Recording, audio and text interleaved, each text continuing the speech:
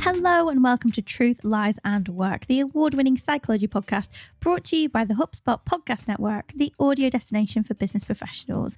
My name is Leanne. I'm a chartered psychologist. My name is Al. I'm a business owner. We are here to help you simplify the science of work and create amazing workplaces. Yes.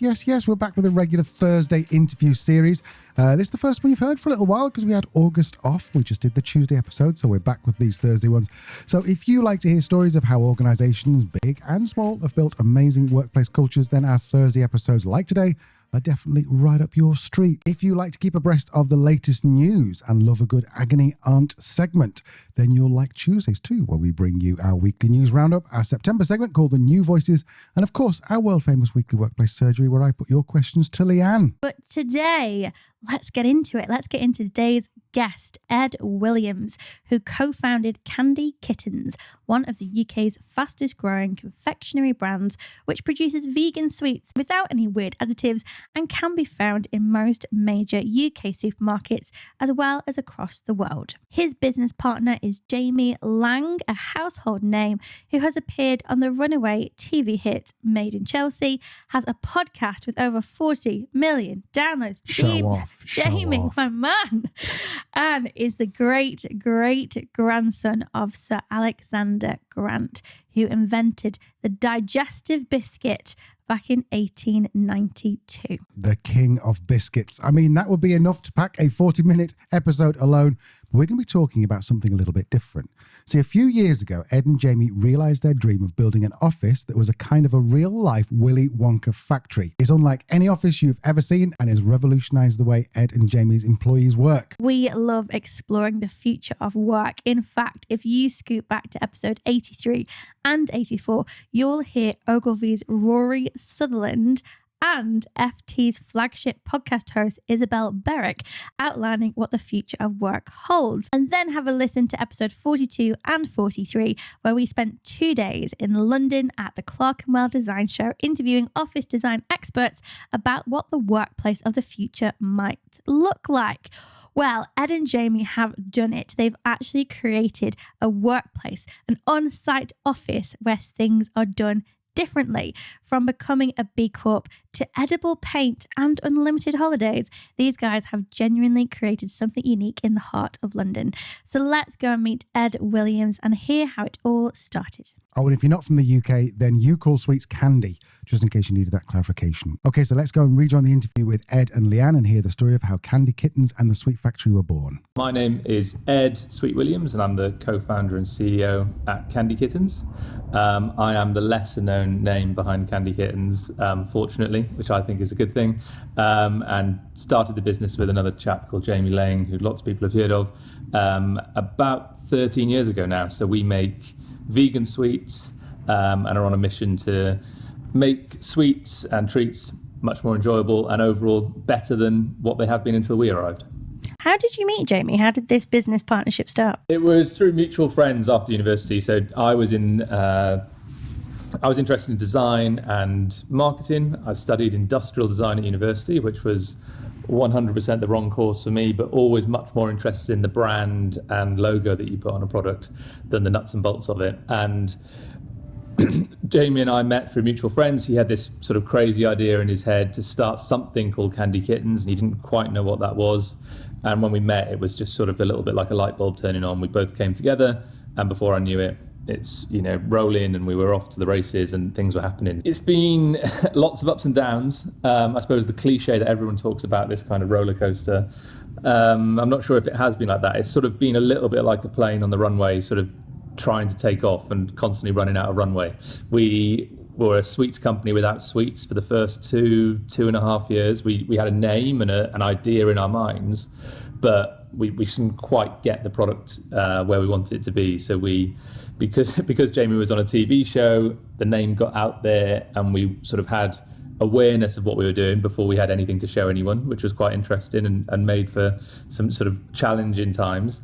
Right now, just if you fast forward to today, we're in every major supermarket in the UK.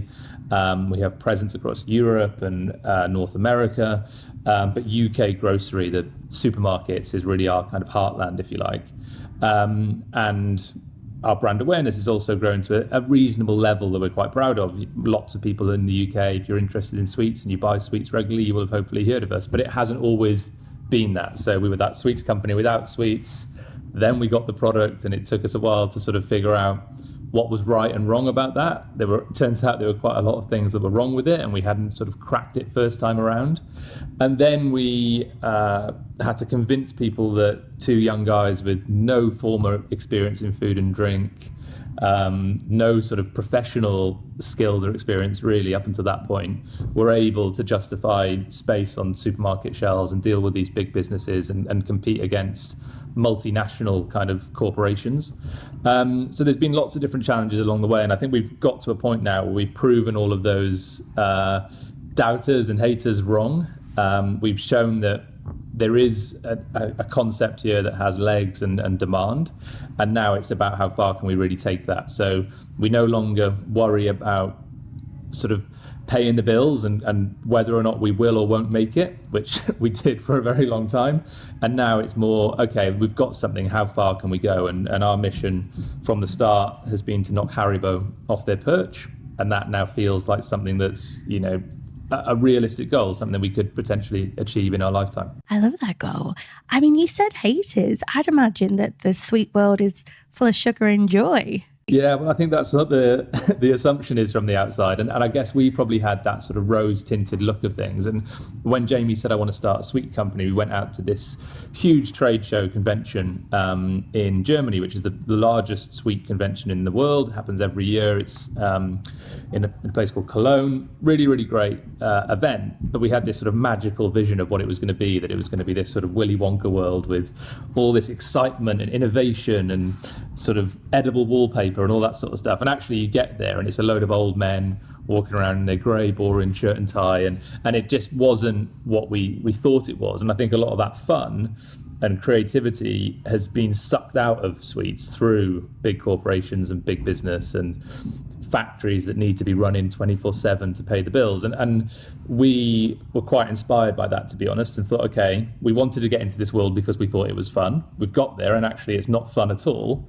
So maybe the opportunity is bigger than we thought. Our job is to come back and sort of re-inject some of that spark and life into a category that's otherwise become pretty dull. I think first and foremost at Candy Kittens, we are this sort of David and Goliath situation that we're in. So we are going against the Haribos of the world who are spending 10, 20, 30 times as much as we are on advertising and media. They have a brand that is at least double the brand awareness we have. They have all of these things that are much more established and ingrained because they've been doing it for so much longer. They're a real sort of legacy competitor.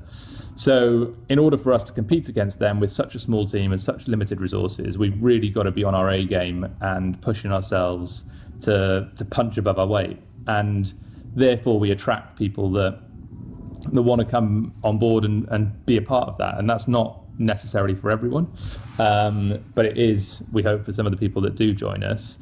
And our job is to try and look after those people, nurture that kind of culture, and make sure that they're well rewarded for being here. So I think that reward for the sort of person that wants to punch above their weight and be ambitious and strive for more in their own career mirrors what we're doing as a brand. And then at the same time, they're also the people that tend to be better at managing their own time, looking after themselves and all of that sort of stuff that comes with it. So it kind of clicked into place. We have a longer probation period than most places at Candy Kittens. We have a 6-month probation period, which some people's sort of eyes spring wide open when you tell them that in an interview. But it's designed to really decide, do you want to work here? And the probation period is sort of as much on the new starter as it is on us to say, are you comfortable with being pushed in this way? Do you like being stretched like this? And if the answer is yes, and after that 6 months, it's, you know, we're all good to go, then we don't look back. We have no intention of then sort of changing anything long term.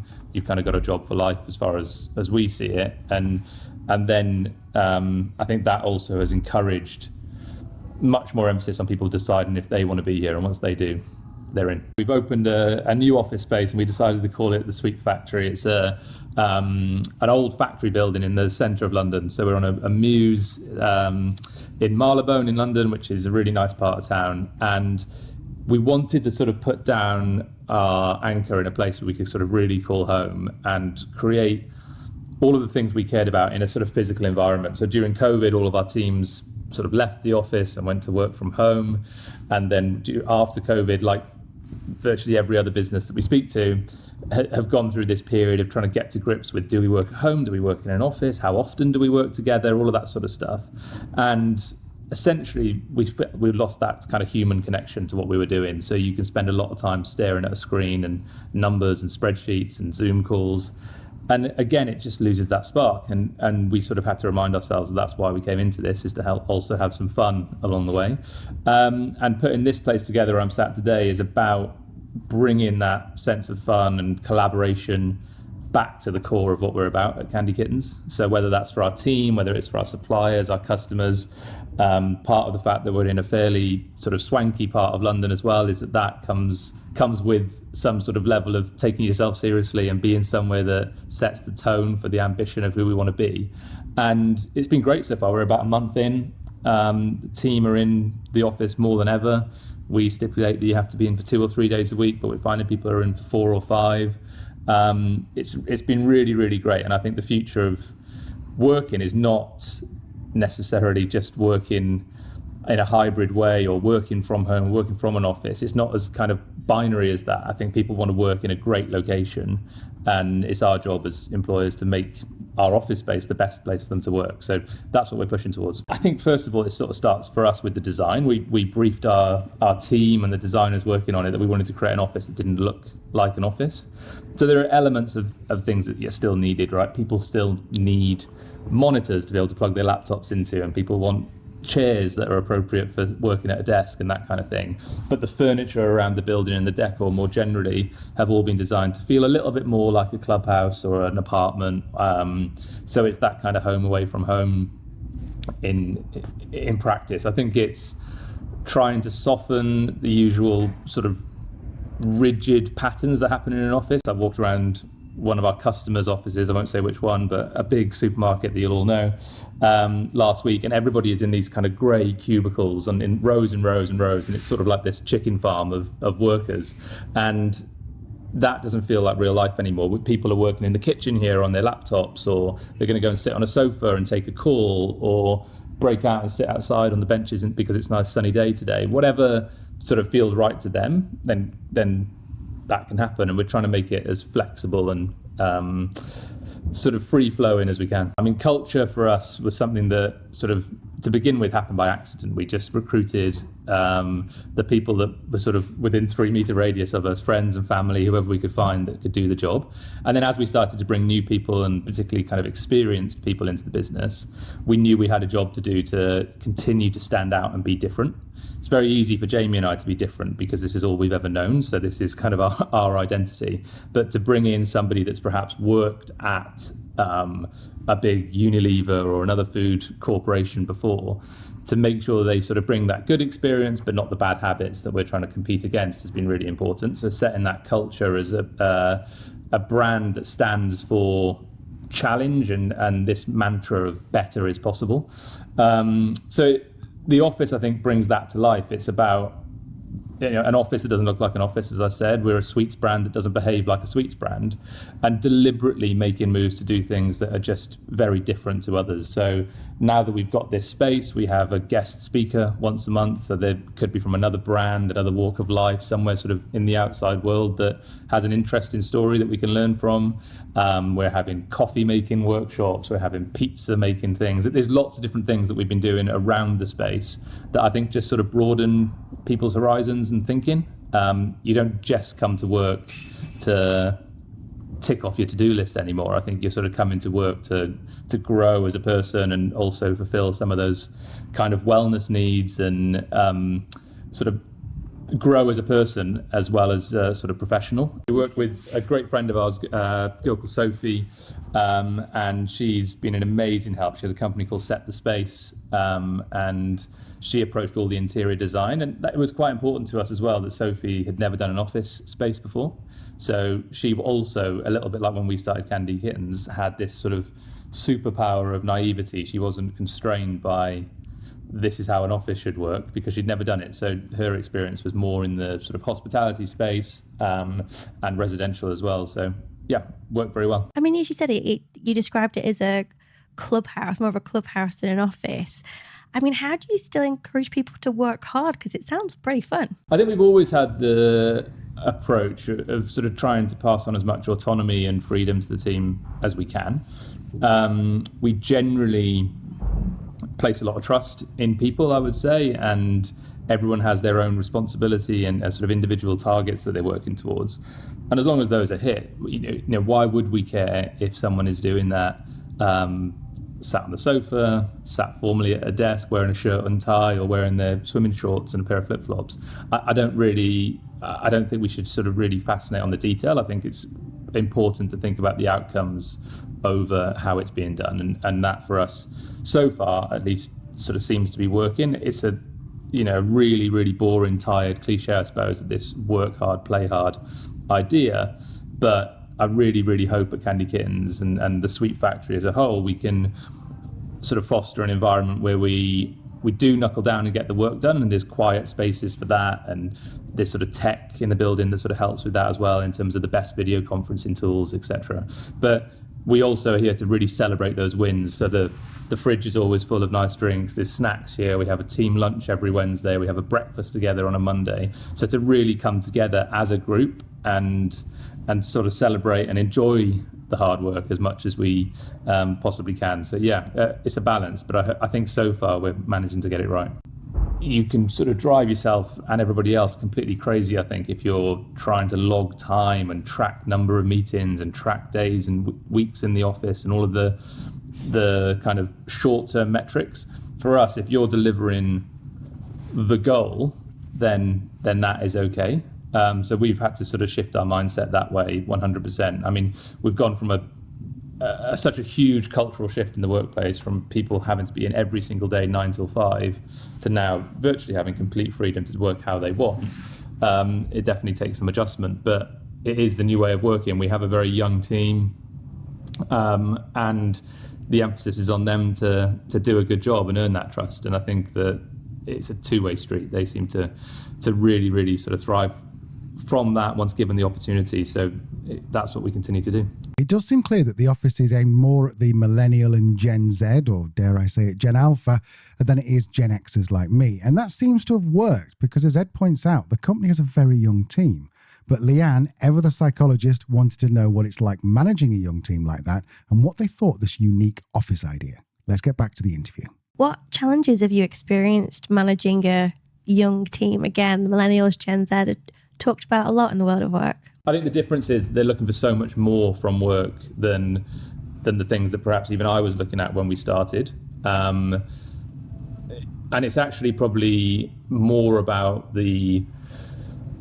what the business can offer around the edges than it is the traditional sort of salary and kind of benefit package. So money is oxygen for everybody, but I don't think it's that important to this age group in our experience. It's the other bits we put with it. So whether that is our unlimited holiday policy, whether it is the weekly events and quarterly socials and things we do as a team, I think people want to come and be part of something. The other thing that I think is a real thread to what we're doing at Candy Kittens is that we're a very proud B Corp, and we put a lot of energy into doing the right things as a business. And I think that may be within our packaging or our sustainability commitments from a product basis. It may be within some of the sort of charitable partnerships that we run, or it may be within the elements of wellness and sort of well-being initiatives we offer the team. Those things all bring people together, and you can really get behind a business that you think is part of a bigger a bigger mission. And I think those causes are increasingly important to young people.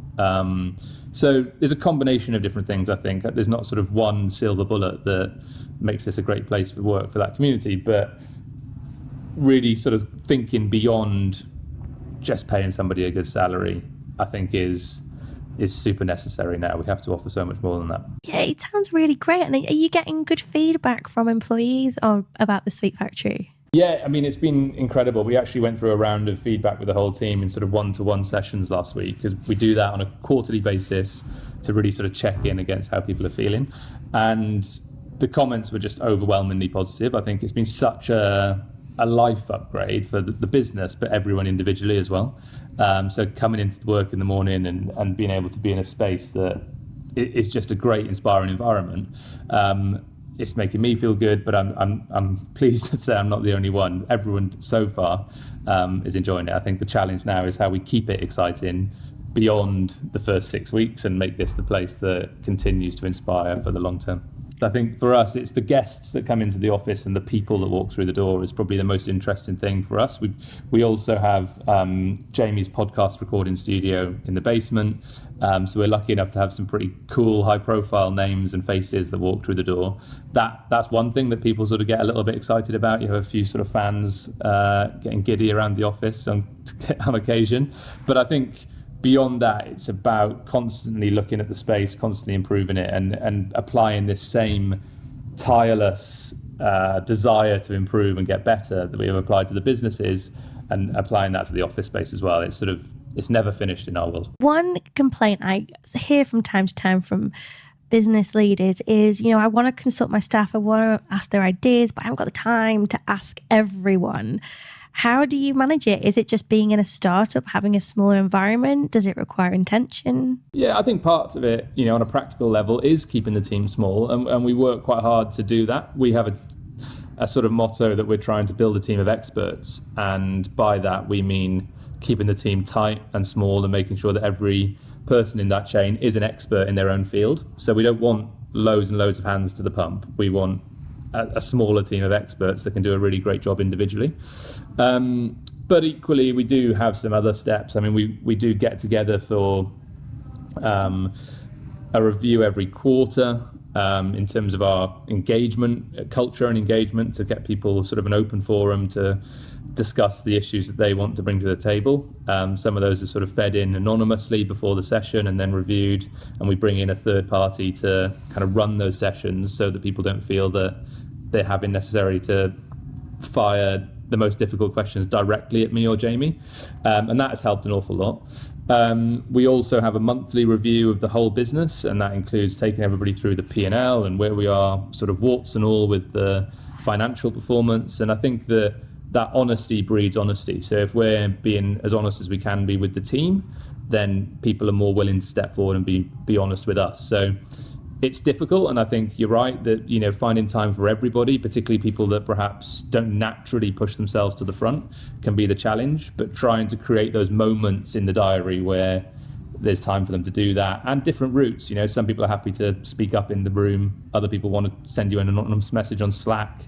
Some people want to put it in a form on email, whatever it might be. But yeah, trying to offer as many different ways as possible. After this short break, we're going to hear about the unlimited holiday policy and whether it works, why Ed decided to transition into a B Corp, and what it's like working with somebody off of the telly. See you in a sec. Welcome back. Let's get stuck into the impact this office has actually had on the team. Yep, we're going to rejoin the interview where Leanne asks about odd behaviour, unlimited holidays, and asks Ed to explain what the hell a B Corp is. Have you seen any changes in behaviour amongst the team since you've been in this more creative, collaborative environment? Yeah, one of the funny ones that I keep saying is that I've noticed people are dressing a little bit smarter. So everybody comes to work now sort of with their best clothes on, and they've done the hair and makeup, or at least I have, and everyone's looking smart and polished. And maybe that's because we're in a nicer part of town. There's nicer places to go for lunch and dinner around the corner. I don't know. But I think it has made us feel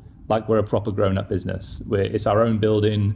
We have our own entrance. We don't share it with another company. And I think we just sort of feel like we're then therefore taking ourselves a little bit more seriously. We sort of mean business, and I think that's definitely people holding their heads a little bit higher, perhaps, and are proud of it. One of the nicest moments for me is that people in the team are inviting their friends around for a drink in the office kitchen after work, or on a Friday afternoon. There's people here having Friday evening drinks, and that, I think, if you've got a place that you work at that you're so proud you want to bring your friends and family over to see it, then I think that must be a sign that we're doing something right. And you mentioned there that people bring around their friends, their family. Is it an open office? How does it work? Is it not trade sweet secrets you need to protect? I mean, there's actually not as many secrets as people might think. We've obviously got a couple of bits and pieces, and we've got some quiet meeting rooms here and there that you can kind of lock yourself away and work on those secrets if you need to. But no, I mean, we're trying to keep it as open as possible. We've got friends of the brand, I suppose, are like-minded businesses in the food and drink space, have been using the office for their kind of team meetings. There's some really great companies in here. Some of our customers, I think Ocado were in here yesterday as an example, having their sort of team workshop for the quarter. So I think trying to make the space as energetic and full of life as possible is also part of it. We want it to be somewhere that people see as a cool place to hang out, I suppose. And if that is opening the doors and letting people come in, then all the better. I have to ask you about the unlimited holiday allowance, because that is something as a perk that rolls around from time to time. How do you make it work? Yeah, it's a funny one, actually, because it's something that we're reviewing at the moment in real honesty. It works for some people who take it at face value and say, great, I'm going to take as much holiday I want. Fantastic, perfect. And they're probably the people that are best at managing their own time, and are also, tend to be the people that are most on top of their workload and doing a great job as well. They are probably really benefiting from it. There's then maybe some junior people that have only recently joined the team who look at that and are a little bit scared to push the boundaries too much and don't want to take too much holiday, and actually then end up not taking as much as they would on a regular sort of holiday policy, so sort of penalised, if you like, by it. And there's people that probably sit somewhere in the middle, and I think that we're trying to fine-tune that and get it to a better place. But from our side, again, it's coming back to that trust and autonomy point. If we can let people manage their own time, if the job's being done, then you can take the holiday that you need. But it's not perfect, and we probably are going to need to make some changes on that, but it's very much kind of a live one right now. I think the intention, at least, behind it is good, and I'm constantly reminding people that unlimited means unlimited. You manage it how you want to manage it, but it's not always as perfect as I'd like it to be, but we're working on it. Tell me about B Corp. You said proud B Corp. Was that an intention when you founded the company? No, I mean, when we founded the business, I didn't even know what a B Corp was, to be honest. I don't think a lot of people in the UK did 10 years ago, but it's something that we started to look into. We found through a number of different sort of friendly brands that it was becoming a bigger part of the UK sort of consumer goods scene, and loved the sound of it. I think for us, we always felt like we were doing a good job, but B Corp was a certificate to kind of rubber stamp that and prove to ourselves, first and foremost, that we actually were, and then to give the consumers that sort of signal on pack or at the point of purchase that we don't just say we're doing the right stuff. We've got these guys to sort of back it up and hold us to account. So for me, it's really, really important. And it's not the most important part about B Corp, in my view, is that it's this never-ending road of improvement. You don't sort of earn the certification and then say, okay, feet up, job done, we've got that now. You're then constantly reevaluating to make sure that you're maintaining that score and hopefully improving it. So it's a really interesting one, and I'd really recommend anybody in any type of business, because it's not just consumer goods, it really is for everything. Whether you're thinking about becoming a B Corp or thinking about starting a business or whatever stage you're at, I think it's a worthwhile exercise to work through the B Corp assessment to just get an understanding of where you are. And actually, it's kind of like a roadmap for building the perfect business. I think for us, the hardest part was that we were already 7 or 8 years in. So we'd already set up quite a lot of things that then needed to be sort of rejigged or reorganized in order to make them sort of work for the B Corp standard. And with that then comes a lot of information trawling and going back through some sort of historic documents and various sort of legal bits to make sure that you could marry up those to the B Corp certification.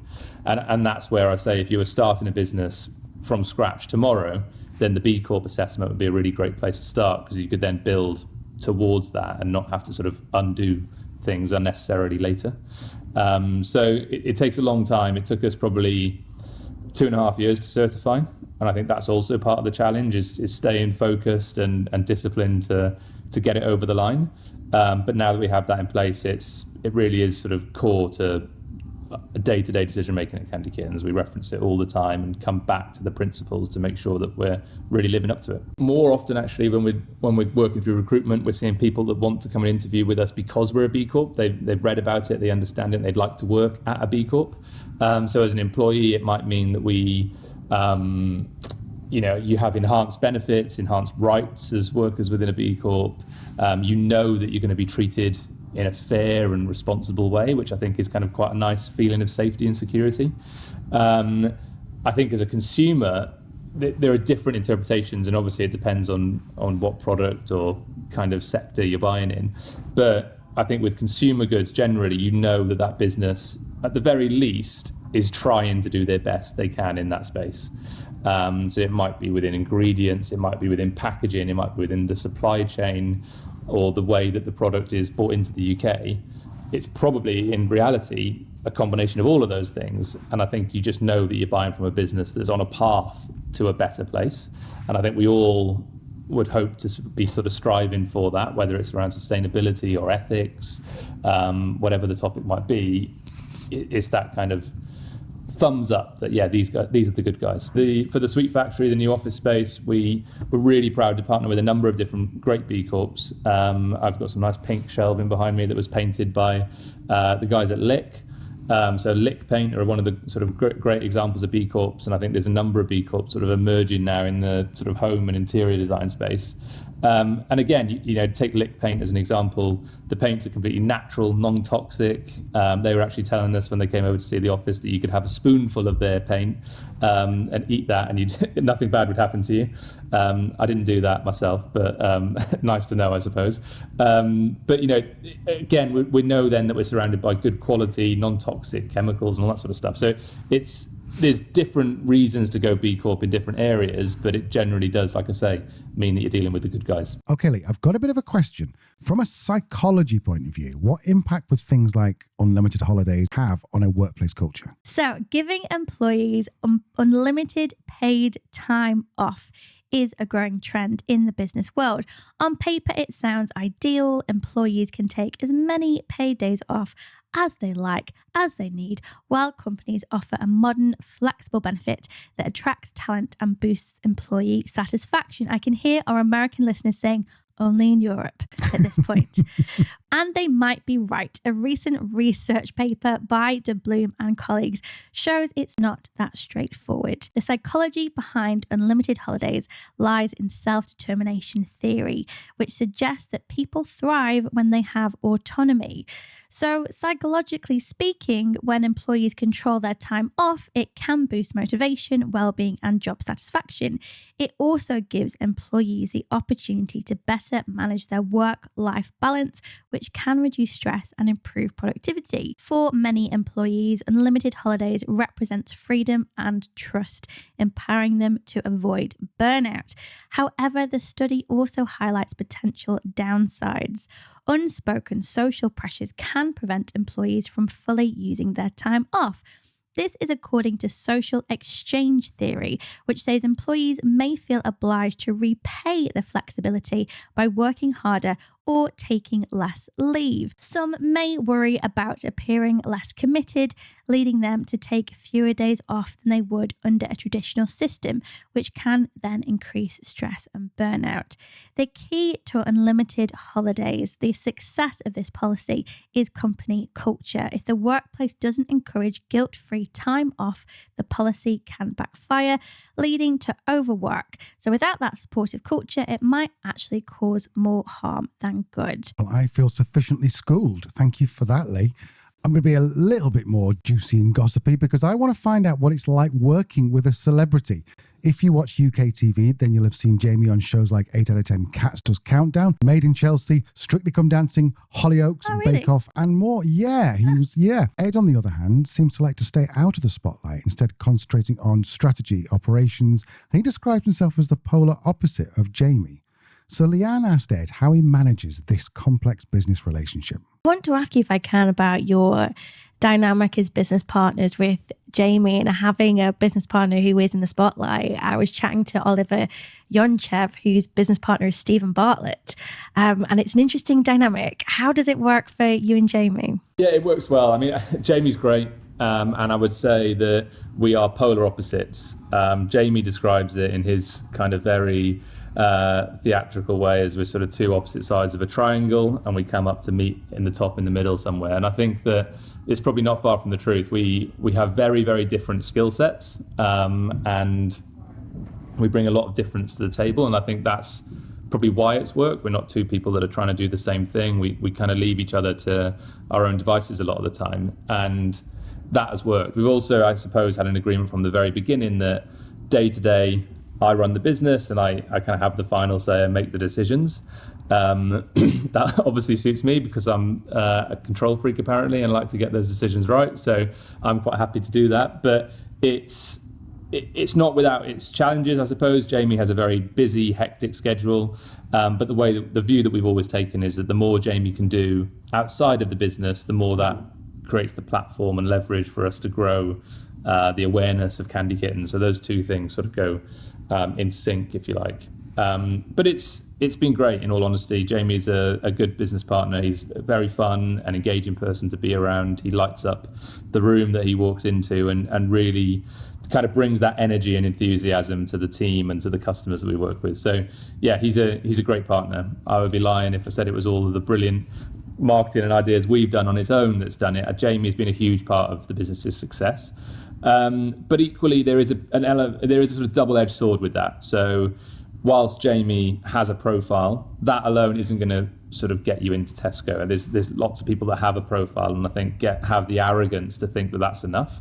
Part of the reason why we didn't have a suite for 2 years is because we were so focused on getting to a place where we had a great product. We knew we could sell the first 1 million bags of sweets just by slapping Jamie's name on it probably, but people then wouldn't come back and buy them again if they weren't great. So you do always have to sort of be a little bit paranoid about that, I think, and cautious with it. So we've built this business to stand on its own 2 feet with or without Jamie. And whilst he is around and has the profile and that is generating the engagement it has, then we'll absolutely make the most of it. But if that was to go away one day, we also like to think that we've sort of done the right things to mean we could also outlive him if needed. So let's just finish up with some pearls of wisdom from a man who's not only built a huge brand from nothing and taken on one of the largest companies in the confectionery world, but has seemingly built the craziest office in London. What advice would you give to any other business owners that might be listening and want to create an office where their people want to be? Yeah, I mean, I would start thinking about where do your people like to work today? And if that is a coffee shop, if it's their living room at home or their breakfast table in the kitchen, wherever it is, I think trying to replicate an element of that in the office space is a good place to start. That's where we started, and it so far sort of seems to be working. I think the idea of an old office is completely ancient and sort of for the past, but offices themselves and people working together in one building, that certainly hasn't gone away in our experience. It's about making sure that the office space is new and interesting and sort of fit for modern times. But we have really opened the doors to where we would like to be and sort of set a solid foundation. And now what we have to do is make sure we don't stray too far from that path. So we've got to really keep ourselves disciplined. I'll give you an example that the McDonald's I'm Loving It campaign has been around for I think something like 15 years. And I'm sure somebody walks into McDonald's marketing team meetings every single week and says, come on guys, we need a new campaign now. We need something new and more interesting. But actually they just stuck to that and kept doing it. And this sort of broken record technique is where we need to be, and we need to be pushing on the same doors and go deeper and further within what we've already started. So it's not, I'm afraid, rocket science or particularly exciting, but it is about doing more of the same. And if we can capture more of the UK market, we'd be very, very pleased with ourselves. And what would you say to anyone listening who has half an idea and a dream? Go for it. I mean, what have you got to lose? It's, again, that is a bit of a cliche, I'm afraid, but actually stick it out there and push for it. Ask questions, speak to people. You would be amazed, I think, at how many people are willing to help you if you ask the question. And I feel there's particularly maybe a bit of a UK problem is we're terrible at sharing our ideas and terrible at asking for help. So we often go to different events across the pond in the US, and those guys love to talk to you about their idea, and every person that has an idea in the US is convinced that their idea is the best idea that's ever been, in my experience. And that may be some truth in that, there may not be, but the point is that they're very happy to talk about it and share it. And I think that we're sort of so closed and sort of paranoid in the UK that we stop ourselves getting it out there before it's even started. So yeah, I would just start talking to people about it immediately. We have a team of varying levels of experience, but one thing that we always make very, very clear is that everybody's opinion counts. And whether that is from the undergraduate placements that we have with us, from their university placements, through to the directors that sit on our board, we're very, very keen on day one that anyone joins us that, look, we really want to hear all of your opinions. We want you to challenge, we want you to ask questions. And I think then we just sort of teach that by doing it. We sit in on meetings and ask questions. We ask people what their opinions are, what they would do if it was their choice. And actually, it's amazing how quickly that can start to develop in people. We've had a placement student that's just been with us for 12 months and has gone back to university.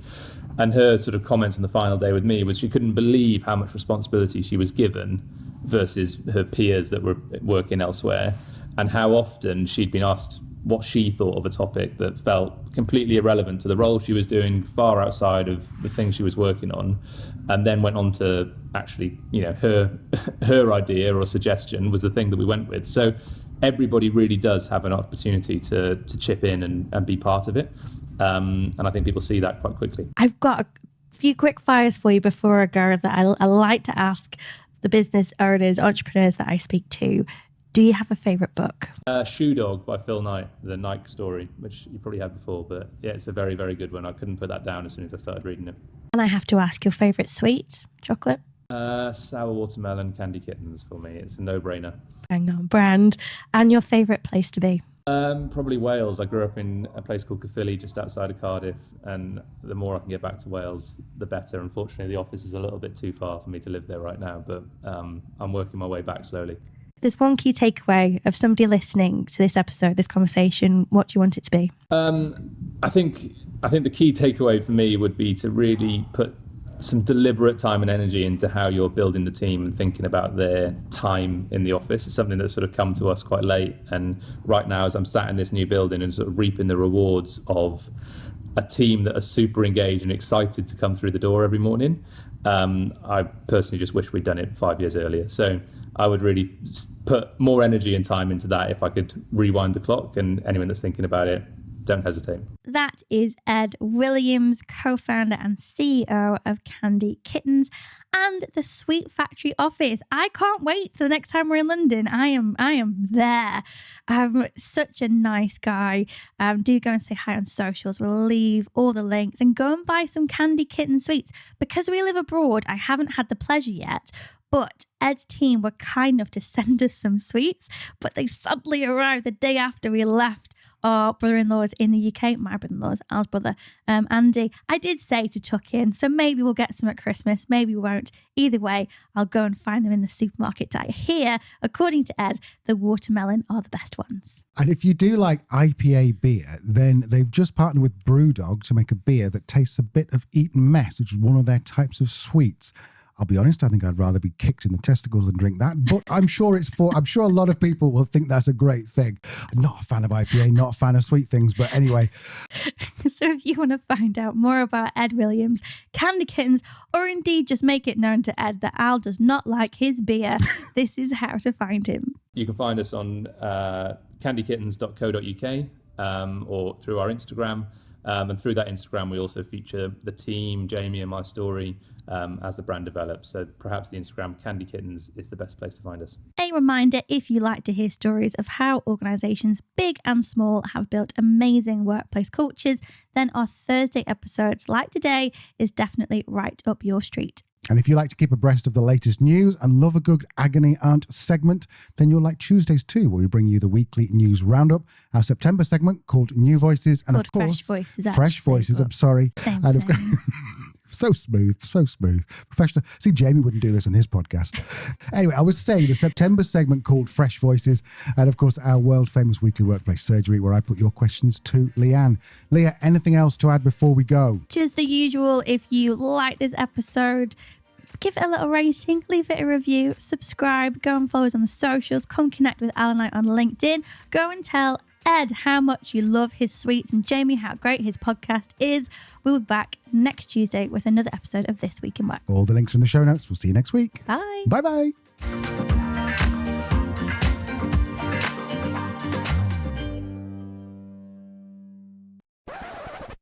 It's unlike any office you've ever seen, and it's unlike any office you've ever seen. I don't know why I said it like that. And it's we love exploring. Well, there you go. Oh, how the worm has turned, or whatever the word The is. worm has turned. I don't know where that came Worm from. is rolling in its grave. Design experts, not the show. It's a week. I need you to look at this. Look at the screen. Without Not like your that. tea.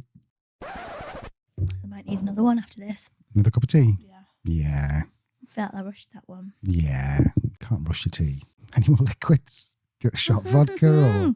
No, you do right. Otherwise, you'll do mouth clicks. You'll bop, bop, bop. Oh, it's a struggle today, isn't it?